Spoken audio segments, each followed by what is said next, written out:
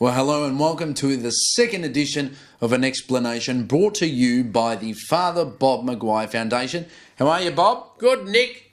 Now, it's been a prosperous last 2 weeks, exciting times ahead of us. Some shine on you with media coverage, but all for a good cause. Now, we've got lined up what happened on Sunday night with Marty Fields down there in North Melbourne. We can start it off with the Comedy Lounge. The Comedy Lounge. Oh, yeah, all the entertainers of the universe were there. Yes. And all the procedures helped the foundation. So I think we raised around $26,000. Yes, we did $26,000. Yes, all for good cause and help the people in need. Yeah, fundraising one laugh at a time. Yes, keeping the doors alive. Community building one laugh at a time. Yeah, see that? Now, Father... And the pious saying... which is what? Laugh and the world laughs with you. Cry and you cry alone. Now, in terms of the other day, actually, I heard you say an algorithm of nice care. algorithm. And now, could you care, elaborate? communication, concern, common sense and compassion. I'm claiming is the algorithm that my foundation, our foundation, will use in pursuit of relief of poverty in all its forms, including the latest, you ready? Yes. Ta-da! Digital poverty. Because we want our locals, housing ministry people especially, to have access to digital knowledge. You see what I mean? Digital knowledge. What's that thing called? STEM. STEM. Yeah, science, technology, engineering and mathematics. Yeah, it's fantastic. Because the elites are nervous about that, because if the the underclass, in fact, starts to be educated, then there is every possibility, not that they're going to come and take the houses from the rich, but they will have the wherewithal to have their own house, which is what allegedly every Australian dreams about, having a house of their own. Well, that's why actually later on we're going to have Yen to talk about the approach we're going to tackle the foundation with the Robo Bus. Indeed.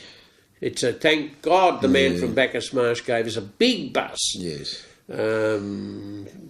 Thinking that may add to our fleet of food buses. But in fact, it came at the right time, because we were looking for an opportunity to, and Yen came too, thank God, you'll hear from her later, with the expertise of being able to fit out this bus so that it's got computers and things everywhere, and it's mobile, which means it can go from housing ministry estate to housing ministry estate, and even throw in some of the graduates of the housing ministry estate who are in youth detention centres. So we would like our youth detention centres to be youth character training centres. Yes. And the best way to train the character is, in fact, to introduce people to more knowledge. Because most, what's that other algorithm we've invented? Which one? Mad, sad and bad. Yes. Tell us about that quickly. Sad, man. What's the first one is? A lot of young people these days, you read it every day in the Murdoch press. You read about, there's gangs. Oh, my God, there's young people everywhere. And oh, my God, they're threatening. I'm saying, they done it with the African gangs. No, I know with the Africans. And they found there weren't African gangs, and they just decided, they found out there was a white supremacist gang too, but that didn't suit their... No, that's not... Their story. It's horrible. But I'm saying that, in fact, education... Yes. Education... The more young people know, especially young males, suffering from an overdose of what's called these days toxic masculinity, that thing, well then one of the best cures for that is in fact knowledge. You see? There was a series on somewhere or other, what was it called? Learning to Think Like an Emperor. And they said, why? He said, Marcus Aurelius, the emperor of the Roman Empire, said, oh God, it's a mess.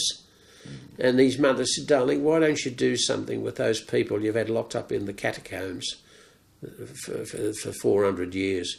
And he said, who? She said, the Christians, darling. because they've all been locked up for so long, they've had to learn to read, write and count. That's what you need for your Roman Empire, she said. And he said, what do you mean? She said, you have to learn to think you have to learn to be logical, rational. Yes. And that is what, if we can help young people to learn to be rational, they will quickly come to the conclusion that antisocial behaviour is irrational. But it's all they've got because it's their knee-jerk reaction to having nothing. Well, and young people won't put up with having nothing. No, well, you're spot on. Now, it's about connections you always talk about. Yeah, connections. And what a better way to do about it is up in, not just far from Beaufort, with the camel farm, got over 220 acres. Oh, Sally and lovely. Mick Millard. Yeah, Millard. Very good of yours, friends. Yeah, thank you. They're going to put in a play. Access for people to go up there and connect and get out and about. A fantastic way the foundation has backed to get everyone together. Yeah. It's about getting everyone together, keeping them alive, keeping the foundation, thrashing out community vibes, because that's what we've been built up all these years, and the foundation are keep backing. So tell us about why this is important. What, the camels? Yeah. Well, it's obvious, but I mean, first of all, it came from nowhere. Yeah. I got up one morning with the intention of writing the next line in my poem, which is the grand narrative. You see what I mean? Yeah. And then Sal and Mick turned up and said, hey, by the way, we've got a place up there, 230 acres near the Pyrenees, near Ararat. Beautiful territory.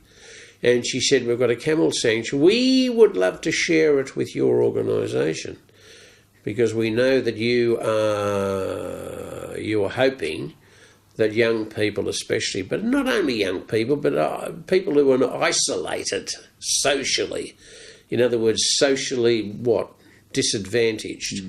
We can give them a day out. It's only an hour up the highway, and they can come up there. The sooner we can make it available, and that requires probably to have an amenities block, you see, where you can do all kinds of things. You can have one on me in the amenities block, so to speak.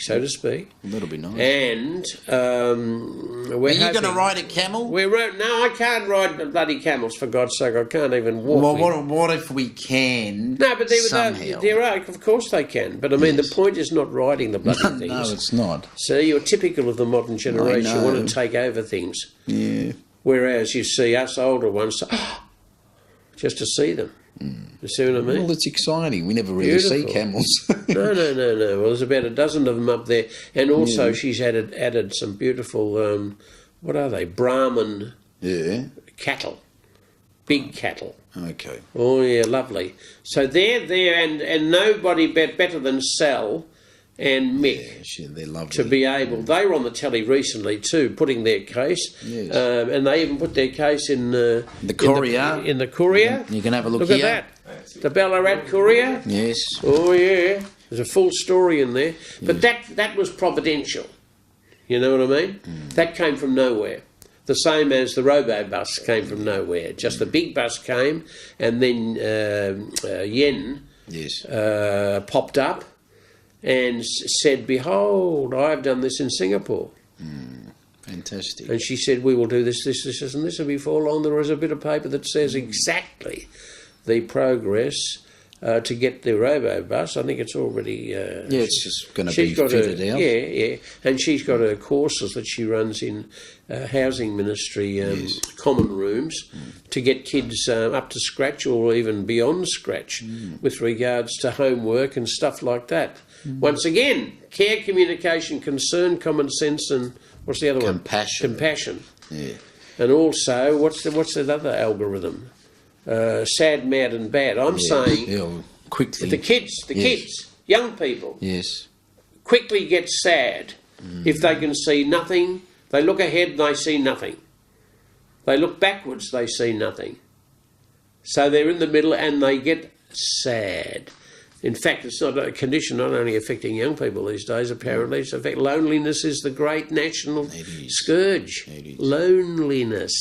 You can have all the money in the world and live in the most beautiful tower in the world, as we have around here in some places, South Bank, and Docklands, and still be All right, Father. Go on. lonely. You see what I mean? But that's why the foundation are very good at what they do, and they've been doing it for years. Yeah. Providing the people with hope. Yeah, hope. And also, if we ever get that rich, Yes. we've got to build that amenities block first for $60,000.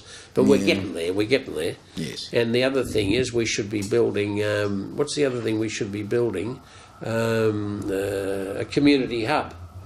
That's what we should be building, so that we can have the rich and the poor coming together, not immediately in each other's company, but on either side of the community hub, and getting used to each other. Hello. Yeah, hello. Oh, hello, I see you down at the hub.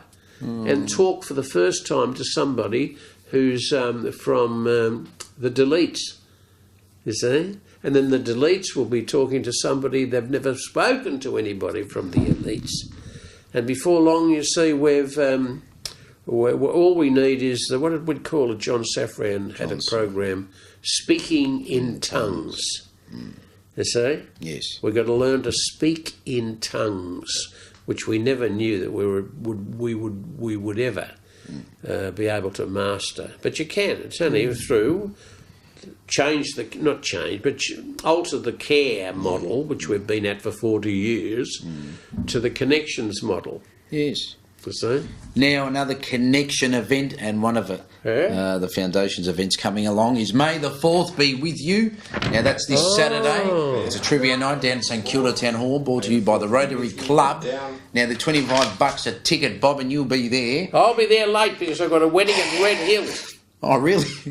In Red Hill? Red Hill, which is far. Are you going to come dressed as one of the Darth Vader elites? No, I'm going to come dressed as a clergyman. Oh, as a clergyman. But, I mean... Tell me. What else have you got? You got hats and shit. Have you? We Yeah, showed no, them we've the got... hats. And you've got sabres. You can come with that. Yeah, and the sabres, darling. Yeah, you can come You've with got that the and a sabres. lightsaber. I can't put that on because it's too small for Oh, we've got the bigger head somewhere. See what I mean? Anyway. And the sabres, the lightsabers.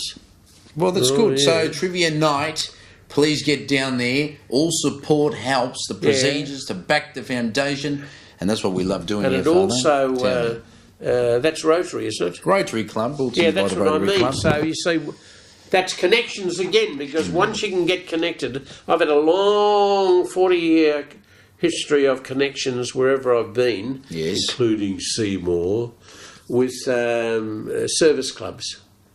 And that's marvellous, you see, because service clubs are an older model of connections. See? You probably had to qualify to join because you were in business or a small business and all that kind of thing. I'm glad to be able to pay compliments to. In fact, I think I've got a medal somewhere, Paul Harris Medal, which I think is Rotary. Yeah, they gave it to me for services given to the community a long time ago, so I've got it. I might wear that bloody medal. Yeah, that'll be all right. That'll be nice. Well, thank you, Father, for your time. Thank you, comrades. And until next time, so stay tuned, because up next we've got Yen and the Robo Bus and all the prosperous adventures aligned for the Foundation. Stay tuned. Well, it's now time to talk about one of the Foundation's projects, and I'm with Operating Manager Yen, who's in charge of the Robo Bus project. So how are you, Yen? I'm really well. I'm excited to be here. Well, it is exciting times, and we are in a stage of development. Now, tell us about what's ahead of us, anything adventurous in terms of the new project aligned. Absolutely. So we have a bus, and we are refitting the bus. The bus will be ready by July. And the bus is going to be an education bus, the first of its kind in Australia, that's providing STEM education, the science, technology, engineering, a bit of the arts and maths for young people, particularly those who are marginalised. Okay, so how long has this development been taking place? The bus was given to Father Bob last year, and in the last 2 months we've been able to repair the bus, and now it's in its refitting stage where we change the entire internal of the bus and make it into a classroom fit for children to learn. So what are we going to have on the bus? Yes, the most exciting thing about the bus is it's a technology bus, so there will be gadgets, there will be all the kinds of computerware, the iPads, as well as the devices that young people will use. Some of the devices will be robotics, so we'll be teaching young people how to make cars, how to use drones, how to fly the drones, and how to understand about technology and what is innovating today. So interaction Absolutely. with the kids is important for an educational purpose. Yes. Now, in terms of fitting out the bus, I mean, how long's that really taken? The fitting out of the bus is going to take about 6 weeks. Yes. We've hired a very specialised bus company who works with youth buses. Yes. So we're excited to employ them, and we expect six weeks. Okay, brilliant. So now it all costs money. Yes. And we're all about bringing in money to keep the doors open and to help Yes. the people we need. That's and right. less misfortunate people that have less access, to education. It's a perfect way to give back to the people we need, isn't it? Absolutely. Yes. All these types of modifications to the bus requires funding. The bus operations requires funding. Yes. The devices and resources on the bus, cost money. But money is put to a good use because Father Bob's mission is to break digital poverty. And digital poverty is basically when young people don't have access to technology or resources and they don't know how to use it appropriately. So we hope to educate them. Well, it's important, isn't it? Now, what are the streets? Where are we heading? Are we heading locally or are we heading throughout Victoria? Yes, so firstly we'll start with the South Melbourne region. This is Father Bob's area and he's very passionate about all the public housing and all the marginalised children in this area. So our focus is first in South Melbourne, then we'll move out to all the other public housings in the inner city of Melbourne, and then we'll also move out to the suburbs as well. Okay. So we'll be heading to commission flats also? All the commission flats, definitely. So that's brilliant. Yes. It's exciting times. Well, I thank you again for your time and we look forward to the progress and development of the bus and we'll get you on board soon and we're going to go have a look at the bus and see how it's come along. Thank you very much. Thank you for your time. Thanks. Well, I'm with Dr. Brophy, Acting Manager at the Father Bob Maguire Foundation. How are you, Dr. Brophy? Well, thanks, Nick. Well, it's exciting times ahead of us again with projects are lined up. It is. Now it's time to elaborate how you have come upon the foundation. Well, how did I get on the bus? Yes. How did I get on the journey? Yes, as they say, the good Lord works in mysterious ways. Yes. No, on a serious note, Nick, 18 months ago, I joined the board of the Maguire Foundation. Now, that came about because I had been working with the Brotherhood of St Lawrence for 27 years, managing an aged care facility for people at risk, suffering from homelessness, mental health issues, alcohol abuse. Father Bob has been a great support for us back at the Brotherhood. So at the time I left the Brotherhood, I came on board as a board member, excuse the pun, and then post that I came on as an interim manager. So you got the holy calling, we could say. Well, I don't know if I'd term it the holy calling. He said, I want you, just like in the American. Now it's exciting times because we have the campaign on May 16th, caused by My Cause, and run by Adam as well. And tell us a little bit about the Stick with Father Bob. Nick, when you've got a leader like Father Bob, he instills the fire in you. We have to make a difference. And so approximately 2-3 months ago, we've found ourselves at the foundation in financial strife. And that's not putting a pointy end on it. If we are to continue these wonderful programs that the foundation does, and you've heard about the Robo Bus, wonderfully led by Yen, who's doing a fantastic job. We're so grateful to have a person like her and what she's doing with the Robo Bus. Then we also had the Camel Farm. Then we're running food vans out 4 nights a week. If we are to continue this in our back paddock, and I mean by that South Melbourne Albert Park, we need to have the money to do it. Because as you know, non-for-profits, they get 8% is donations and the rest is government funding. So we need to have the money coming in. It's as simple as that. Yeah, and we need a sustainable income for long term, and this is the best way we can approach it. Now, we're trying to raise how much? $200,000? We need $200,000 to keep the doors open. So My Cause came on board 2 months ago and they're assisting us with their professionalism in raising those funds. And they've been fantastic. Okay. So, in terms of the money, how do we get it? How do we approach? Now we're going to try and get involved with celebrity speakers, people that can help us, because not just anyone, we want everyone. And that's what it's about, and that's what we want to bring, the community involved, and everyone loves Father Bob. Now, it's hard just knocking on a door and asking for some financial help. Anything helps. So May 16, we're going to be waiting on the call, and we'll be all lined up here at the foundation. Now, any tips on how or where we're going to find these people? Well, you know, it's everybody, as you say. I mean, Father Bob talks about the elites and the deletes, and connectivity and connecting. I mean, the haves and the have-nots. We're all in this together. And I've been in the non-for-profit industry for over 30 years, and I have never seen it this bad. You only have to walk out on the street, 9 o'clock in the morning, 9 o'clock at night. Right. We have to do something. And now is the time to make a difference. So we're calling on everybody in the community, those that have the funds to do it and those that don't, we need your support. So please, I beg you to come to the foundation, make a donation to the Father Bob Maguire cause, and that will assist us in making a difference. If you want to come down to 91 Vic Avenue. Get on the phone, ring him up, say, Father Bob, what can I do? We need your help, please. Well, thank you, Dr. Brophy. That was brilliant. Brilliant campaign and cause. We're going about it. And we'll keep you up to date, so stay tuned, because this is the second edition of an explanation. And any procedures and donations are acceptable here at the foundation. Just head to www.fatherbobs.com, where you can pick up a bobblehead for $20 a pop, and that will go to all good procedures here at the foundation. So, till next time, thank you, Dr. Brophy. Thank you, Nick. I'm Nick Christoforou. We're signing off here from the Father Bob Maguire Foundation. Bye-bye. Good.